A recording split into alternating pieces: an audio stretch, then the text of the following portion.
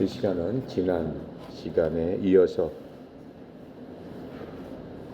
하나님의 비밀, 우리에게 주신 비밀에 대해서 공부하는 시간입니다.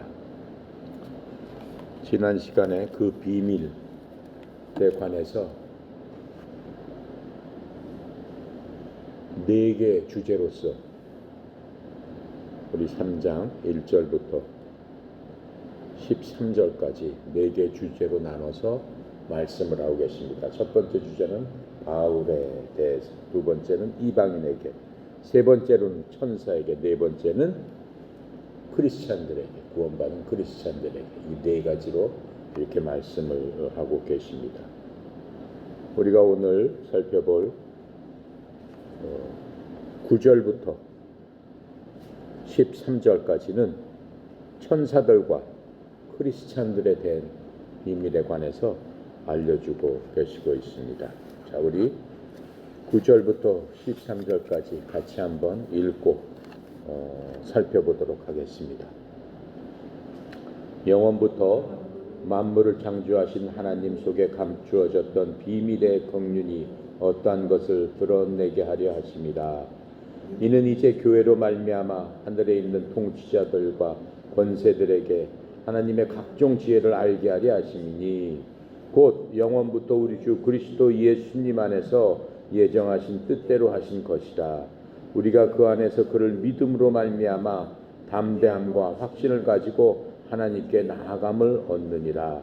그러므로 너희에게 구하노니 너희를 위한 나의 여러 환난에 대해서 낙심하지 말라. 이는 너희의 영광이니라.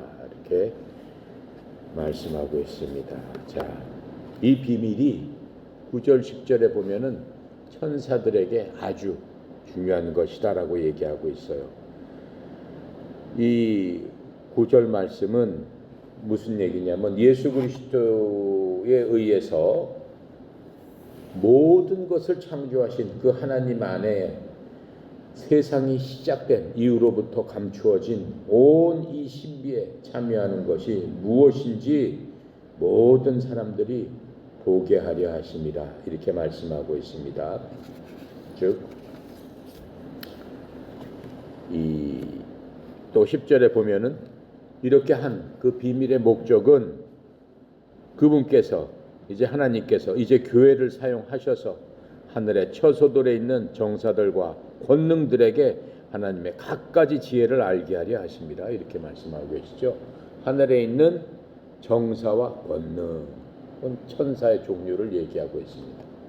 천사들에게 보여주시겠다라고 하는 거예요. 근데 천사는 두 종류입니다. 천사가 다 그 훌륭하고 좋은 건 아닙니다. 하나님을 배신한 천사들이 있죠. 전체 하나님께서 창조한 천사 중에 3분의 1 정도가 하나님을 대항해서, 그렇죠? 루시퍼를 우두머리로 해가지고 루시퍼를 따르는 그런 악한 천사들 3분의 1이 이 하늘에, 천국에서 3층천 하나님 계신 그 하늘에서 쫓겨나서 다른 하늘에 지금 있다라고 하는 겁니다. 그래서 바로 그 천사들하고 그 하나님을 따르는 그 좋은 천사들, 선한 천사들에게 양쪽 다 이제 하나님의 비밀을 보여주게 되는 겁니다. 그런데 하나님의 곁에 있던 천사들도 이것들을 아직까지 모른단 말이에요. 그렇다면 왜 하나님께서 그 오랜 기간 동안 뭐에 관한 비밀이에요? 지금 교회 신비에 대해서 얘기하고 있는 거예요. 그 교회에 관한 그 비밀을 숨기셨을까라고 하는 생각이 들을 수 있습니다. 구약에서는 하나님께서 확실히 이스라엘을 통해서 이방인들을 구원하시겠다는 말씀이 있습니다. 하지만 구약 어느 곳에서도 이스라엘과 이방인들이 새로운 창조물인 그리스도의 몸인 교회를 새롭게 형성할 것이다 라고 한 말씀은 어느 곳에서도 찾아볼 수 없습니다. 구약 39권 어느 곳에서도 그 말씀은 없습니다. 그래서 성령님이 바울과 또 다른 그 하나님의 신약의 그 대언자들에게 초기 이 교회 시대가 시작되면서 이 신비를 지금 알려주신 거잖아요. 그러니까 바울이 이 신비에 대해서 에베소 성도들에게 이렇게 성령께서 하시는 대로 이렇게 밝히 써놓고 있습니다. 그래서 유대인들이 이러한 바울이 비밀을 밝힌 데 대해서 이것을 받아들이는 데 있어서 상당히 심한 갈등을 했다라고 하는 것들을 우리가 볼 수 있습니다. 왜 그래요? 자기네들이 생각했던 이방인들은 어때요? 당연히 저주받은 자들이었고 자기네들만이 하나님께서 선택받은 민족으로 생각했는데 이제는 그렇지 않고 그리스도 안에서 새로운 창조물이 되어서 모든 그 새로운 창조물은 그리스도를 머리로 해서 한 지체로서 똑같은 그러한 위치에 있게 되기 때문에 그것이 참을 수 없는 그들에게는 그런 것들이었죠. 바울은 여기서 정사들과 권세들이 이 위대한 비밀을 아는데 알기를 또 원한다고 지금 이렇게 말씀하고 있습니다. 그래서 하나님께서는 바로 이 하나님께서 창조하신 그리스도 내 교회를 사용하셔서 천사들을 지금 가르치고 계시는 것을 우리가 말씀에서 볼 수 있습니다. 아까 얘기한 대로 바울은 이 정사들과 권세들 이것은 하나님께서 창조하신 우리 인간들보다 세상보다 지구보다 우주보다 훨씬 이전에 창조되어 있는 바로 그러한 피조물들이죠. 그런데 이 창조물들이 선하거나 악한 그러한 존재로서 지금 있다라고 설명을 했습니다. 그래서 천사는 하나님께서 만든 창조물로서 우리들보다는 뛰어난 면이 있어요. 영적인 존재이기 때문에 우리는 육신을 갖고 만들어졌고 저들은 육신이 없는 존재로 만들어졌기 때문에 어디든지 갈 수 있고 그렇죠? 그 영적인 그러한 그 하는 면에 있어서는 우리보다 뛰어나지만 하나님처럼 전지전능한 존재는 아니에요. 하나님은 어디서나 계시고 여기서도 계시고 여러분한테도 있고 내 안한테 어디서나 편만하게 계시는 분이지만은 천사들은 그렇지 않아요. 그냥 한 군데 여기에 있으면 딱 여기만 있는 거예요. 그 천사가 여기도 있고 저기도 있고 그럴 수 없다라고 하는 겁니다. 자, 예를 들면은 그렇다라고 하는 겁니다. 그래서 이렇게 전지전능한 존재는 아니다. 라고 하는 것을 우리가 기억하면 되고요. 그래서 베드로는 구약 시대의 천사들이 이 땅에서 만들어진 이후에 앞으로 하나님께서 이루실 이 구원 계획에 대해서 호기심을 갖고 있었다라고 얘기를 하고 있어요.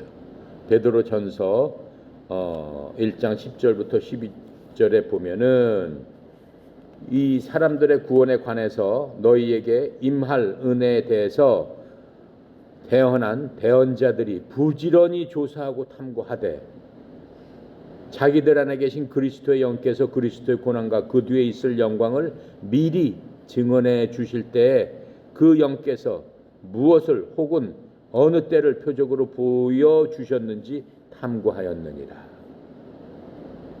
그리고 12절에 보면은 그들이 자기들을 위해 그것들을 수행하지 아니하고 우리를 위해 수행하였음이 그들에게 계시되었는데 그러니까는 구약시대 사람들이 아니고 우리를 위해서 신약시대 사람들을 위해서 이방인들을 위해서 말씀을 예전에 대언을 했다라고 하는 겁니다. 그것들은 곧 복음을 선포할 자들이 하늘에서 보내신 성령님과 더불어 이제 너희에게 전한 것이요 또 천사들도 살펴보기를 갈망한 바로 그것이었느니라.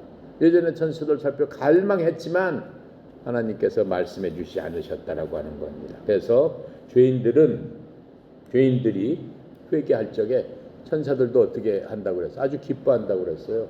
선한 천사를 얘기하는 거죠. 누가복음 15장 10절에 보면 내가 너희에게 이르노니 이와 같이 회개하는 한 죄인으로 인하여 하나님의 천사들 앞에서 기쁨이 있느니라.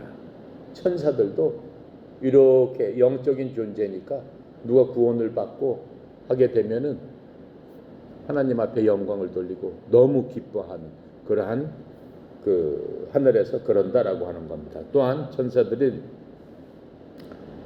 이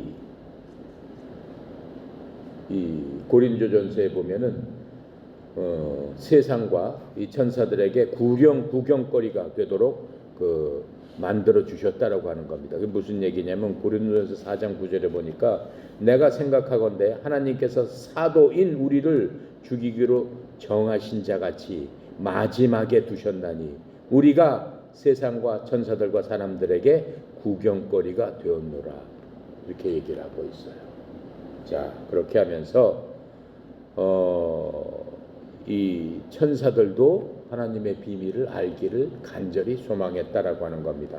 그렇다면은 바로 이 천사들은 교회, 즉 우리로부터, 하늘에 있는 천사들은 무엇을 하나님께서 그들을 가르치기를 원하는가, 우리를 통해서. 바로 그 10절에 바로 그 목적을 지금 말씀하고 있는 거예요. 이제 교회로 말미암아 하늘에서 정사들과 권세들에게 하나님의 각종 지혜를 알게 하려 하심이라, 이렇게 얘기하고 있죠. 우리를 통해서 천사들에게 지혜를 가르쳐 주기를 원한다.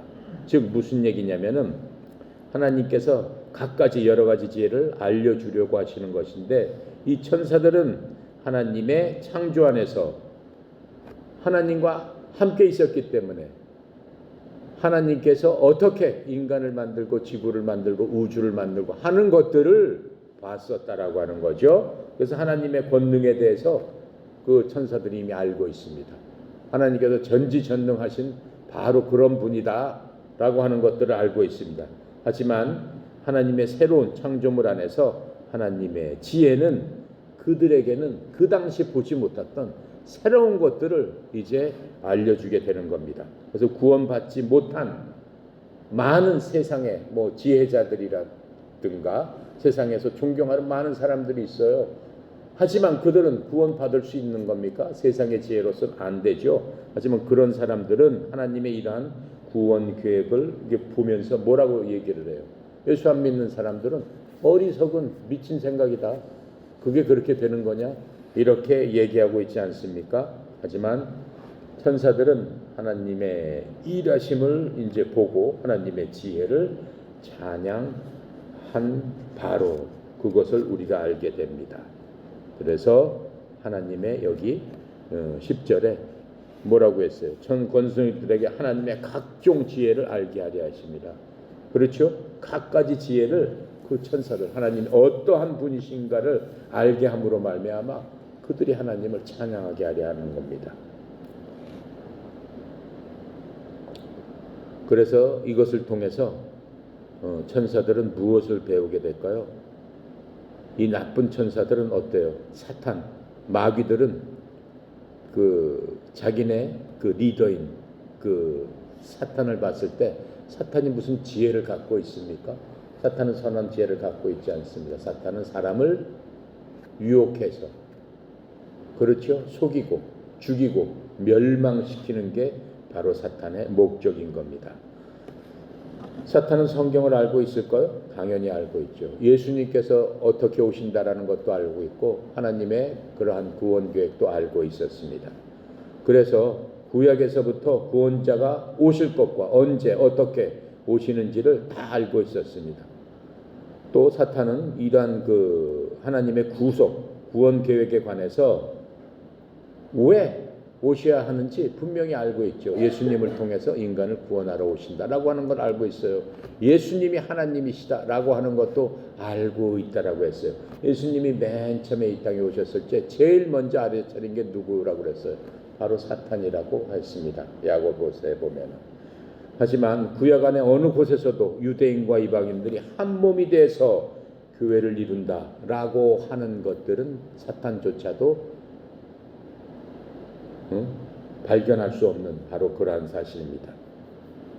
그래서 사탄은 믿지 않는 유대인들이 메시아를 죽인 거죠. 결국은 이 땅에 오신 예수님, 나를 믿어야지 구원이 있다라고 하신 그 예수님을 신성 모독이다라고 해서 죽인 게 바로 율법의 심취한 바로 그 유대인들이 한 거 아닙니까? 그래서 이방인이 예수님을 그 이후에 유대인보다도 이방인들이 더 많이 믿는 것들을 이제 볼 수 있는 겁니다. 그게 하나님께서 사탄들에게 보여주고 싶어 하시는 바로 그러한 비밀입니다. 하지만 이 믿는 유대인과 또 이방인들이 그리스도 안에서 한 몸으로 어떻게 가는 거예요?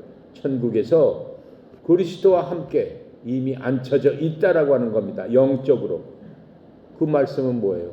사탄이 계획했던 모든 것들이 수포로 돌아갔다라고 하는 겁니다. 그래서 사탄에게는 영원한 승리가 무엇인지를 지금 알려주고자 하나님께서 교회를 사용하셨다라고 하는 겁니다. 그래서 사탄은 이 십자가의 원대한 계획은 알고 있었지만은 어떻게 했어요? 그 계획을 파괴하려고 무지 노력을 많이 했죠. 무지 많은 노력을 했지만은 그렇게 되지가 않는 겁니다.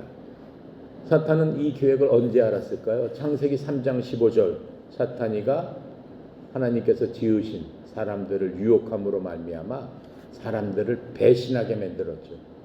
그렇죠? 사탄이가 악한 그런 생각을 하나님께서 만드신 뱀에게 집어넣어 가지고 뱀을 통해서 여자를 유혹하게 하고 그 여자를 통해서 남자까지 하게 되는 그러한 것들을 우리가 봐왔습니다. 그런데 그 이후에 그렇게 되자마자 창세기 3장 15절에 하나님께서 뭐라고 말씀하세요? 내가 너와 사탄이 너와 여자 사이에 또 내 씨와 그녀의 씨 사이에 어떻게 적개심을 두르니 원수가 되게 하리니 그 씨는 내 머리를 상하게 할 것이요. 그 여자 씨로 나온 게 누구예요? 바로 인간 육체로 오신 예수 그리스도께서 내 머리를 상하게 할 것이요. 머리를 상하게 한다는 건 뭐예요? 곧 너를 밟아서 어떻게 한다는 거예요? 멸망시키겠다라고 하시는 겁니다. 그리고 너는 그의 발꿈치를 상하게 할 것이라 하셨느니라. 발꿈치를 상하게 했잖아요. 그렇죠? 예수 그리스도를 십자가에 못 박았잖아요. 양손과 양팔을. 미리 이렇게 선포를 하셨기 때문에 사탄이는 이 사실은 알고 있었다라고 하는 겁니다. 그래서 하나님께서는 이러한 위대한 계획을 이 일반적인 건 알려주셨지만은 여기서 교회에 대한 얘기는 전혀 말씀을 안 하시잖아요. 유대인과 이방인들 그 사람들이 그리스도 안에서 새로운 창조물로 거듭난다라고 하는 것들은 사탄이는 전혀 예측도 할 수 없고 새로운 창조가 일어날 것이다라고 하는 것은 전혀 알 수가 없는 겁니다. 그래서 이 세상의 시작부터 그 부분에 대해서는 완전히 숨기셨습니다. 이제는 어때요? 이러한 신비를 하나님께서 자신의 교회를 통해서 알려지기 원하는 겁니다. 우리니까 교회잖아요. 우리를 통해서 사탄이한테 당당하게 알려지기를 원하는 거예요. 이제 우리가 사탄이를 물질를 수 있는 그러한 영적인 존재가 됐기 때문에 하나님께서 우리를 통해서도 사탄이를 무찌를 수 있는 그러한 힘과 능력을 주셨다라고 하는 겁니다. 그 부분에 대해서는 이제 우리가 에베소서 그 뒤에 가면은 하나님께서 무찌를 수 있는 것을 우리에게 그 갑옷을 주신 것을 우리한테 밝히 알려주게 되는 겁니다. 자, 그래서 하나님께서 바울을 세우신 목적이 바로 여기에 있다라고 하는 거예요. 이방인의 뭘로서? 사도로서 하나님의 말씀을 선포하는 자로서 바울을 바로 만드신 목적이 여기서 나오게 되는 겁니다. 자, 그렇게 하고 이 9절에 보면은 이 신비에 참여하는 것이 무엇인지 모든 사람들에게 보게 하려 하십니다라고 말씀해주고 있습니다. 이 말씀 가운데는 정말로 놀라운 진리가 있는 겁니다. 이제까지 그 비밀을 꽁꽁꽁꽁 숨기셨는데 이제 어떻게 한다는 거예요? 모든 사람에게 바로 그 비밀은 이것이다라고 하는 것들을 보여주시겠다라고 하는 겁니다. 이 믿는 사람들이 이제는 이러한 비밀을 모든 사람들에게 전해라라고 하는 거예요. 맨 처음에는 바울을 하나님께서 선택하셔서 바울을 하나님의 집사로서 선포를 하셨지만 이제는 우리들이, 이 교회들이 이 성스러운 하나님의 비밀을 알리는 그러한 자들이 됐다라고 하는 겁니다. 그래서 이제는 바로 이 비밀이 여러분과 내 손 안에 들려주게 되었다라고 하는 것들을 하나님께서 직접 말씀해 주고 계시는 거예요. 그 다음에 14절부터 13절에는 크리스찬인 여러분하고 나한테 하나님께서 말씀해 주시는 거예요.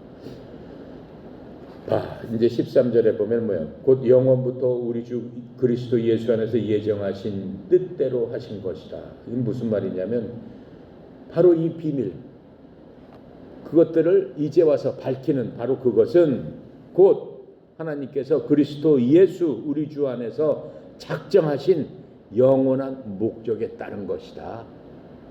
그리스도 예수를 통해서 우리가 구원을 받았고 그리스도 예수님께서 어떻게 해요? 사탄이를 십자가에서 멸하시고 사탄이의 무기인 죽음으로부터 예수님께서 인간의 몸으로 오셔서 죽었던 것 같죠. 예수님께서 십자가에 돌아가셨을 때 사탄이는 박수를 쳤죠. 드디어 내가 죽였다. 내가 이겼다. 승리했다. 그런데 어떻게 된 거예요? 3일 후에 부활하심으로 말미암아 어떻게 해요? 모든 것들, 그 죽음의 권세를 깨뜨려 버리셨잖아요.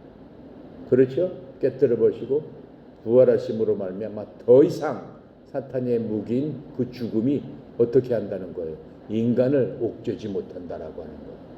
또 사탄의 무기인 죄를 짓게 하는 것과 또 인간이 갖고 있는 이런 죄를 짓고 난 후에 가진 죄책감, 이런 것들이 인간을 사탄의 노예로 더 이상은 만들지 못한다라고 하는 겁니다.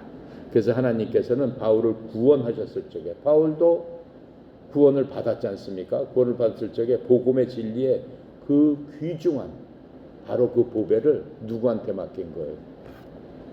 바울한테 맡겨놨던 겁니다. 그래서 디모데전서 1장 11절에 바울이 이렇게 고백하고 있어요. 바로 하나님께서 주신 이 교리는 내게 맡기신 복음 곧 찬송받으신 하나님의 영광스러운 복음에 따른 것이니라. 그렇죠? 바울이 선포한 게 뭐예요? 로마서 바울이 썼지만 로마서에는 교리로 가득 찼어요. 교리라는 게 뭐예요? 하나님은 어떤 분이신가? 믿음은 무엇인가? 천사는 무엇인가? 그렇죠? 구원이란 무엇인가? 죄라는 무엇인가? 그런 모든 것들이 교리예요. 하나님과 우리 속에 감춰져 있던, 우리를 갖다가 옥죄었던 그것에 대해서 하나님께서 말씀하시는 그것이 무엇인가 하는 것들을 상세하게 나눠서 얘기를 해주는 겁니다. 자, 그렇게 하고 그 후에 바울은 어떻게 했어요? 이러한 진리들 여러 곳을 돌아다니면서 많은 제자들을 만들었죠. 많은 제자들을 삼고 이 신실하게 전도를 했습니다.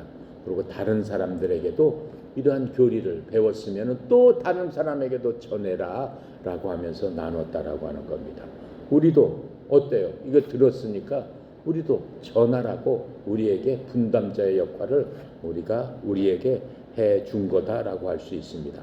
디모데후서 2장 2절에 이렇게 설명하고 있어요. 또 내가 많은 증인들 가운데서 내게 들은 것들 바로 그것들을 신실한 사람들에게 맡기라. 그들이 또한 다른 사람들을 가르칠 수 있으리라. 디모데한테 얘기하는 거예요. 내가 들은 그것들을 네가 아는 신실한 사람들, 믿음이 좋은 사람들에게 그 사람들한테 또 전해라. 그러면 그 사람들이 다른 사람들에게 전해줄 것이다 라고 얘기하고 있습니다. 그래서 바울은 자신의 생을 이제 마감하게 됐습니다.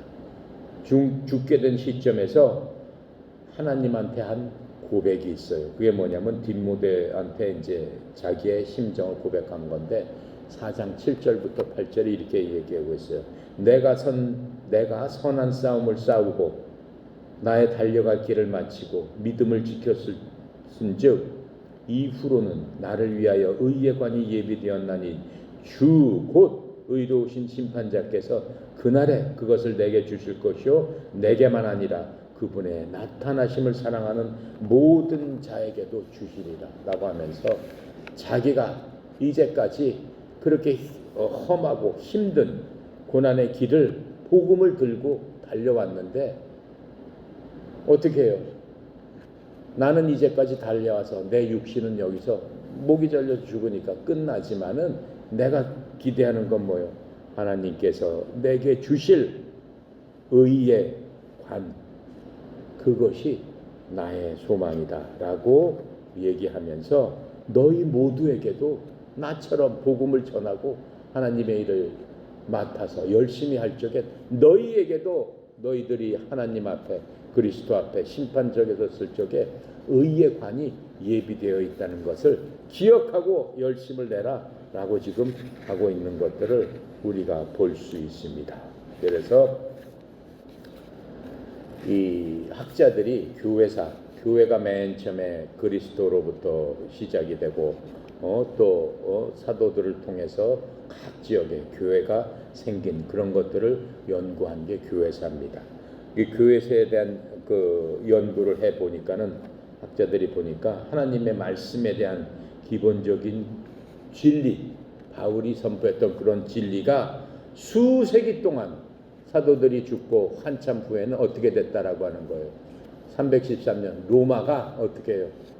바울이 AD 65년쯤 죽었습니다. 요한이 AD 100년경에 죽었습니다. 그 요한이 제일 나중에 죽고 그 전에 100년 전에 모든 그 사도들은 죽었어요. 그 이후에 복음을 맡은 하나님의 그 사람들이 이제 계속 핍박을 받으면서도 교회를 이루고 하나님의 말씀대로 살기를 작정하면서 어떻게 해요? 사람들이 너무 핍박하니까 로마에 가면 칸타콤이라고 그래서 지하 동굴 땅 속에서 그냥 거기서 100년 이상을 살았던 거예요. 그냥 막 거미줄처럼 생긴 데서. 그렇게 핍박을 받고 어떤 사람들은 산속에 들어가서 믿음을 지키기 위해서 그 떨어져서 살고 그 수백 년 동안 그렇게 어떻게 해요? 그리스도인들이 신앙을 지켰고 하나님의 말씀을 보존하려고 노력을 했습니다. 그러다가 313년이 되니까는 로마가 어떻게 해요? 그 기독교를 국교로 삼게 되는 거 아닙니까? 국교로 삼아가지고 순수한 그리스도께서 말씀하신 예수내 교회가 어떻게 변질되게 됐다라고. 아까 내가 설명했었죠. 예수내 교회가 하나님 예수님께서 모퉁이 돌에 기초석이 되셔서 거기에다가 교회들을 세워가지고 그리스도가 몸이 되고 우리들은 지체가 되어서 큰 교회를 만들어 가는 건데 엉뚱한 데다 기초석을 세워가지고 자기네들이 이게 교회다라고 만들어 놓은 게 카톨릭이다라고 하는 거예요. 카톨릭. 천주교의 시초가 이제 313년에 교황이라는 걸 만들어 가지고 시작이 된단 말이에요. 왜 그래요? 이제는 전 세계적으로 그 당시 유럽 쪽으로 기독교가 너무나 많이 퍼졌어요. 기독교인들을 적대해 가지고는 나라가 제국이 유지될 수가 없어요. 그러니까 기독교인들을 포용을 하면서 이제 로마는 어떻게 기독교 국가다. 내가 기독교 국가고 교황 이 종교를 다스리는 모든 사람은 황제가 교황을 같이 한다라고 하는 거예요. 콘스탄틴 대제 때 자기가 황제면서 내가 교황이다 이렇게 얘기를 하는 거예요. 그래서 내 말이 곧 그리스도의 말이다 이렇게 얘기하는 거예요. 그래서 종교가 모든 정치랑 합해가지고 사람들을 지배하기 시작했다라고 하는 거예요. 그래서 내 말을 어기게 되면은 죽여버리고 내 말을 어기게 되면은 사람이 죽어도 묘지를 주지 않아요. 그래서 모든 사람은 기독교인이 돼야 됐다라고 하는 겁니다. 313년 이후에 기독교는 암흑시대로 변해버려요. 몇 년 동안? 약 1500년 동안 그렇게 변해버리는 거예요. 1500년 동안 새로운 암흑시대가 왔어요. 그게 천주교예요. 근데 1517년 어떻게 돼요? 마틴 루터라는 교수면서 수도사죠. 수도사. 천주교 그 사제였어요. 마틴 루터가 하나님의 생명의 빛이 그 사람에게 들어가면서 이거는 아니구나. 이거는 가짜다라고 하면서 하나님을 이렇게 하면 안 돼. 이거는 예수 내 교회가 아니다라고 한 거예요. 이거는 교황의 교회지 예수님께서 만드신 그 교회가 아니다 라고 해서 반기를 들고 종교개혁을 하게 된 거죠. 그게 말하는 소위 종교개혁입니다. 그렇게 해서 어떻게 해요? 성령님의 사역과 또 하나님의 말씀을 다시 찾게 되는 겁니다. 그래서 하나님의 그 신비는 구약에서 약속하신 것에 대한 바로 그 열쇠가 되는 겁니다. 즉 무슨 얘기냐면은 복음서 안에서 그리스도가 무엇을 하셨는지, 사도행전에 보면은 초기 기독교회가 어떠한 일을 했는지, 또 바울과 여러 사도들이 서신서에서 무엇을 가르쳤고, 서신서 뭐예요? 바울이 쓴 서신도 있었고, 신약에 보면 베드로가 쓴 서신서도 있죠. 야고보가 쓴 서신서도 있죠. 그래서 이 서신서에서 가르친 것들과 또 요한계시록에서 하나님께서 앞으로 이 세상을 어떻게 하실 것인지 그런 거에 대한 기록의 열쇠가 되는 게 바로 이 그리스도의 그 신비다라고 하는 겁니다. 우리가 배운 바로 그리스도께서 여태까지 감춰놨던 그 신비가 열쇠가 되는 것이다라고 하는 겁니다. 그래서 오늘날 하나님의 그 프로그램 속에서는 더 이상 이스라엘이 머리가 되는 것이 아니다라고 하는 거예요. 이스라엘 사람들은 자신들이 머리라고 그랬어요. 우리들이 온 민족, 온 세상의 우두머리다, 머리다. 지금도 그렇게 생각하고 있습니다. 어디에 나와 있어요? 신명기 28장 구약 13절에 보면은 이렇게 나와 있어요. 또 주께서 너를 머리가 되게 하시고 꼬리가 되지 않게 하시며, 이스라엘 민족에게 얘기하는 거예요. 위에만 있고 아래에 있지 않게 하시리니 내가 이날 내게 명하는 주 내 하나님의 명령들을 내가 귀를 기울이고 그것들을 지키고 하면은 그렇게 되리라. 그렇죠? 머리가 될 것이다 라고 얘기를 했어요. 신명기 누가 쓴 거예요? 모세가 자기 백성들한테, 그렇죠? 쓴 거예요. 이제는 더 이상 그들이 머리가 아니고, 신약에 와서는 구약은 예전의 약속, 신약은 새로운 약속, 새로운 하나님의 경륜에 따르면 어떻게 된 거예요? 교회의 머리는 그리스도시다라고 하는 겁니다. 그래서 오늘날 우리가 모세나 대언자가 하였던 그러한 제사장적인 그러한 시대, 그러한 역할, 또 그러한 상황에 있는 것이 아니기 때문에 그렇게 하면 안 되는 거죠. 그래서 하나님께서 더 이상은 구약의 그러한 것들을 우리에게 주시지 않고, 이제는 그 신비함을 통해서 신비를 우리에게 알려주셨으니까 하나님께서 여태까지 숨기셨던 그 신비를 통해서 우리가 새로운 자세로서 하나님을 바라보고 우리의 새로운 위치를 깨달아야 되는 겁니다. 하지만은 어때요? 많은 사람들이 아직도 거기랑 혼동하고 있는 것들이 많이 있어요. 그래서 그것들이 어떻게 되는 거예요? 그리스도 안에서 이러한 신비를 제대로 이해하지 못하기 때문에 어떤 교회들은 아직도 그것들을 이해하지 못하기 때문에 혼동을 해서 영적인 부여를, 우리 교회들, 개개인들, 크리스찬들이 그것을 어떻게 해야 돼? 누리고 그것에 대한 것들을 제대로 하나님 앞에서 나타나야 되는데 그렇게 하지 못하는 경우가 많다라고 하는 겁니다. 자, 그래서 하나님께서, 예수님께서 디모데후서 2장 15절에 바울을 통해서 이렇게 말씀하고 계세요. 너는 진리의 말씀을 바르게 나누어, 진리의 말씀을 바르게 나누어 내 자신을 하나님께 인정받은 자로 부끄러울 것이 없는 일꾼으로 나타내도록 어떻게 해라? 연구해라. 무슨 얘기예요? 너는 진리의 말씀을 바르게 나누어. 바르게 나눈다는 게 두 사람이서 이렇게 같이 나누고 뭐 성경 공부로 나누고 그런 의미가 아니고, 진리의 말씀을 바르게 나누어 챕터별로 나눠야 된다라고 하는 거예요. 구약 시대 이스라엘 신명기의 때 이스라엘 백성들이, 이스라엘 나라가 머리가 되리라 하는 구약 시대 때 얘기고, 이제 그 비밀이 바울을 통해서 밝혀주셨는데 더 이상 그게 아니고, 이스라엘이라는 거는 이제는 이방인들과 합해져서 하나의 지체로서 한 몸이 돼서 예수 그리스도가 머리가 되고 너희들은 지체로서 역할을 해야 된다 라고 하는 것들을 바르게 나누어서 보도록 성경을 연구해라. 그래야지만 어리석은 자가 되지 않는다라고 얘기하는 거예요.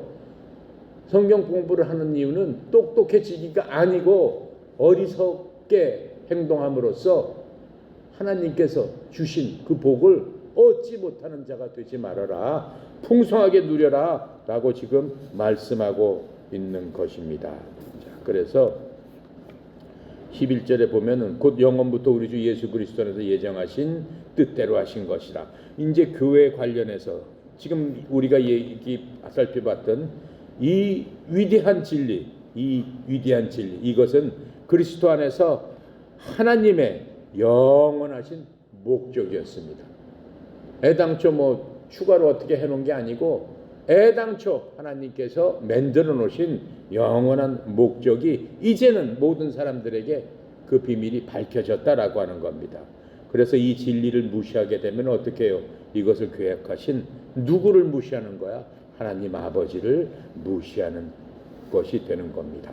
그래서 그리스도께서 이 땅에 와서 육신적으로 죽으심은 바로 이러한 것들을 가능하게 만들었죠. 그래서 예수님께서 나는 길이요 진리요 생명이다 라고 말씀하신 겁니다. 돌아가시기 전에. 그래서 하나님께서 계획하신 것을 성령님이 우리 삶 속에서 성취시킨 바로 그 일을 하고 계시는 거예요. 그래서 우리 속에 계신 성령님께서 이 모든 비밀을 깨닫게 하시고 알게 하시고 성취시켜 주신다라고 하는 겁니다. 12절입니다. 우리가 그 안에서 그를 믿음으로 말미암아 담대함과 하나님께 당당히 나아감을 얻었느니라. 이렇게 말씀하고 계시죠. 그래서 우리가 이제 이러한 진리를 이해하게 됐을 적에 우리는 어떻게 되겠어요? 우리에게는 큰 확신과 믿음이 자라날 수밖에 없는 거죠. 우리 자신에 대해서 확실히 깨닫게 되었기 때문에 그렇습니다. 그래서 세상에서 하나님께서는 무슨 일을 하시는지 그것들을 우리가 확실히 알게 됐을 적에 우리는 하나님께서 우리 안에서 우리를 위해서 일하고 계시는구나 라는 것들을 어떻게 알 수 있어요? 확신할 수 있다라고 하는 거예요. 그래서 하나님께서는 그 비밀을 그냥 우리가 완전히 깨닫고 알고 이해하고 그것들을 행하기를 원하신다라고 하는 겁니다. 자, 오늘은 13절 그러므로 너희에게 구하노니 너희를 위한 나의 여러 환난에서 낙심하지 말라. 이는 너희의 영광이니라 라고 하면서 어떻게 했어요? 바울이 자신의 환난에 대해서도 전혀 낙심할 필요가 없다. 아까 얘기했죠.